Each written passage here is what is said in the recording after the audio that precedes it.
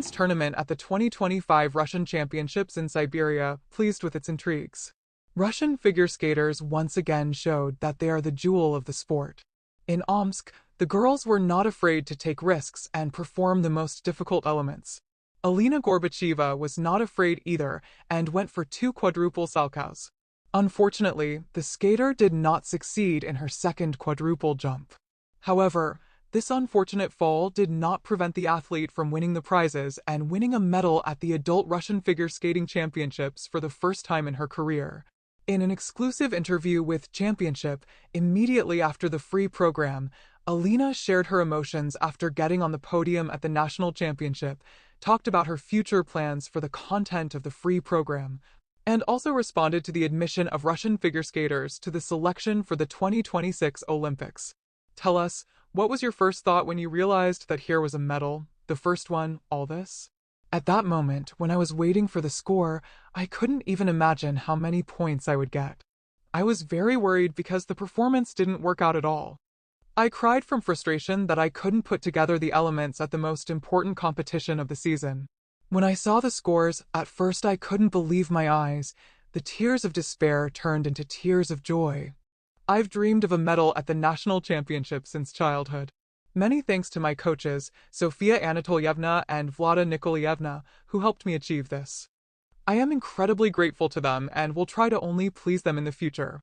Have you already managed to call any of your close ones, family, friends? Has anyone congratulated you? To be honest, I haven't managed to call anyone yet. I only opened the phone a little, but I just glanced at the congratulations. I'll answer a little later. Thank you to all the fans, relatives, and admirers. I'm very pleased. Are you planning to somehow celebrate your medal? I haven't thought about it yet. First, exhibition performances.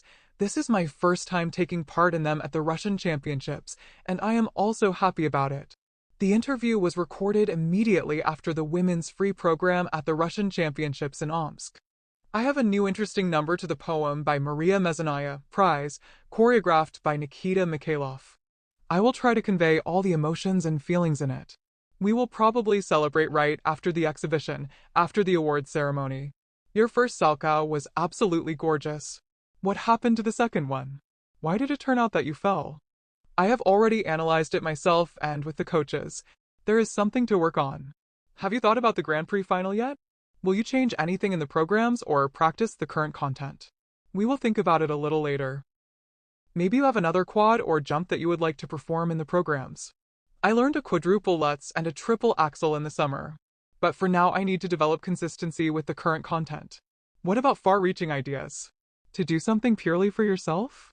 You always want to not stand still, but to develop. Of course, there are such thoughts. But there are more necessary elements now. About the free program, you said that you were offered music for more than one season. Why did you decide to put it only now? Were there other ideas? The coaches offered me the music The World Is Not Enough last summer. I honestly did not understand it. I guess I was too young for it. I didn't like the music, it seemed that it was somehow different. This season, or rather, at the end of the previous one, they let me listen to it again. And I said, wow, I like it. I guess I just matured and grew up to this music. The pair Boykova and Kozlovsky also skated to it at one time. Have you seen their program? They skated to Writings on the Wall, the first part of my program. We selected this music later. We were looking for something that would fit the main track. Are there any other images you would like to try? There are such images, yes. But they are often used in figure skating. I really like the music from Game of Thrones and Kill Bill. This season, Boykova and Kozlovsky also have Kill Bill. Yes, I saw that. I like their short program, it's very interesting. Do you have any idols? Whose skating do you look up to? I haven't really had any idols since childhood. I just liked figure skating, watching, observing the struggle, how the girls skate, how they compete. I like something different about each skater. I try to notice some unusual details. I like how someone does choreography, someone's technique for one jump, someone else's for another jump. I also notice emotions, character. We are all multifaceted. Someone always has something better, of course. I try to pay attention to this, analyze it, and take the best for myself. I would like to touch on the topic of admitting Russian figure skaters to the qualifying tournament for the Olympic Games. How did you react to this news? What were your thoughts? There is an opinion that one admission will entail another for international tournaments. I was a little shocked. Naturally, I was happy that the Russians were allowed in because this is already a step. This is a breakthrough for figure skating and for sports in general. All athletes want to compete in the international arena at the Olympics. We have wonderful competitions in Russia, yes, of course. Thanks to the Federation, to everyone who organizes them. But any athlete, of course, dreams of an Olympic medal. And if, purely hypothetically, they tell you tomorrow that you have to go to some foreign tournament, would you be happy? Or, on the contrary, would it stress you out a little? I would certainly be happy. Competing abroad is a different emotion. I was very young when I competed in the international arena. I was 12 years old then. I won 2 tournaments then, Santa Claus Cup in Hungary and Black Sea Ice Cup in Bulgaria.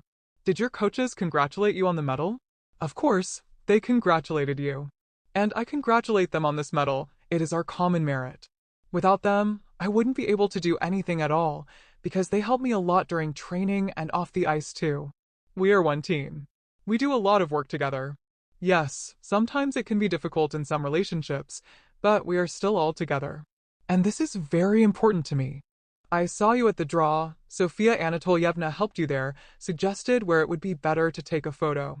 From the outside, it seems that she is not only a coach, but also a mentor for you. Well, in such little things as a photo at the draw, no one helps me. But if we talk globally, then Sofia Anatolyevna is not just a coach for me. That's absolutely true. She is like a mother to me, like a psychologist, like a doctor. In fact, she plays many roles and is a very important person in my life. I am grateful to fate, to God, that we met. Does she give you any, maybe, everyday advice, how to dress better, for example? Of course, we discuss a lot of things with her. She gives advice, but first she always asks my opinion. We always make all the important decisions together. She does a lot for me. Thank her very much. How do you like Osk? Many complained about jet lag. The time is 3 hours different from Moscow. Some find it hard to adjust. Did you manage to get enough sleep? How do you feel in general? Actually, I adjusted pretty quickly in Omsk. This year I was still at the stage in Krasnoyarsk. There's a 4-hour difference with Moscow. It was very hard for me. In Omsk, it has been comfortable since the first day. We decided to take a day off, so we flew in, got some sleep, walked around the shopping center, and went to the draw. Did you have time to walk around the city? Did you like anything? The weather was good. We walked around, looked at Omsk a little. I liked it. We went to the Tarsky gates of the Omsk fortress, looked at the temple next to them. It is very beautiful.